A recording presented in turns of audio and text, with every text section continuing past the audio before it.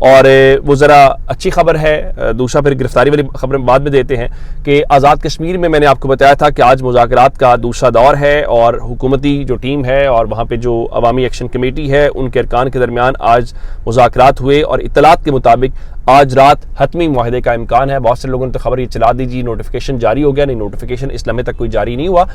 Understanding ایک ہو گئی ہے اور انڈرسٹینڈنگ یہ ہے کہ خاص کر جو مہاجرین کی نشستوں کے اوپر ان کا مسئلہ تھا اس کا ایک درمیانی راستہ نکال لیا گیا ہے کہ مہاجرین کی نشستیں ختم تو نہیں کی جائیں گی لیکن اس کو اس طریقے سے ہے کہ وہ حکومت سازی میں استعمال نہ ہوں, ترقیاتی فنڈز ان کو نہ دیے جائیں یا ان کو وزارتیں نہ دی جائیں. اس کے علاوہ جو کابینہ کا والیوم ہے اس کے حوالے سے بات چیت ہوئی ہے. تو اب اطلاعات کے مطابق 2 نمائندوں پر مشتمل 4 رکنی قانونی ٹیم تشکیل دے کے اس معاہدے کے حوالے سے ہوگا. اب یہ بہت اچھا ہو گیا. ہم تو پہلے دن سے کہہ رہے تھے کہ یہ اپنے دشمن کو موقع نہ دیں اور آج دشمن نے اس کے اوپر بیان جاری کیا. آپ حیران ہوں گے کہ آج وہ انڈیا جو مقبوضہ کشمیر میں جو کچھ کرتا ہے ہم سب جانتے ہیں, اس نے آج پاکستان کو لے کے اور یہاں پہ کشمیریوں کو لے کر, آزاد کشمیر کے شہریوں کو لے کر ایک بیان جاری کیا اور اس نے باقاعدہ دنیا کو کہا جی ہماری نظر ہے جو یہاں پہ کشمیر میں احتجاج ہو رہا ہے اور اس نے کہا جی پاکستان کو انسانی حقوق کی خلاف ورزیوں پہ جواب دہ ٹھہرانا چاہیے.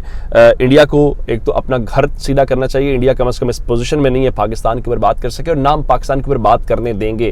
ہمارے گھر میں 1000 مسئلے ہوں, ہم آپس میں ایک دوسرے سے الجھیں, وہ ہمارا مسئلہ ہے, ہم ایک دوسرے سے کریں, لیکن اس کا ہرگز مطلب نہیں ہے کہ انڈیا اس پوزیشن میں نہیں ہے. انڈیا جس طرح سے کشمیر کے حوالے سے کرتا ہے وہ سب جانتے ہیں. لیکن ایک سوال ضرور کرنا چاہوں گا اور کریں گے بھی کہ یہ اپنے دشمن کو موقع کس نے دیا. میں آپ کو پہلے دن سے کہہ رہا تھا, دست بدستہ گزارش کر رہا تھا کہ تھوڑا عقل کا مظاہرہ کریں, یہ محسن نقوی اپروچ سے نکلیں, اپنے دشمن کو موقع نہ دیں اور ہمیں دشمن کو موقع دینا بھی نہیں ہے. میں نے کہا تھا کہ اپنے ان لوگوں کو سینے سے لگائیں. دیکھیے یہ وہی پاکستان کا میڈیا ہے, یہ وہی لوگ تھے جو عوامی جو ایکشن کمیٹی ہے اس کو انڈیا سے جوڑ رہے تھے. پتہ نہیں کیا کچھ جو ٹاؤٹ اکاؤنٹس ہیں ان کے ذریعے, اپنے ٹاؤٹس کے ذریعے کہا جا رہا تھا.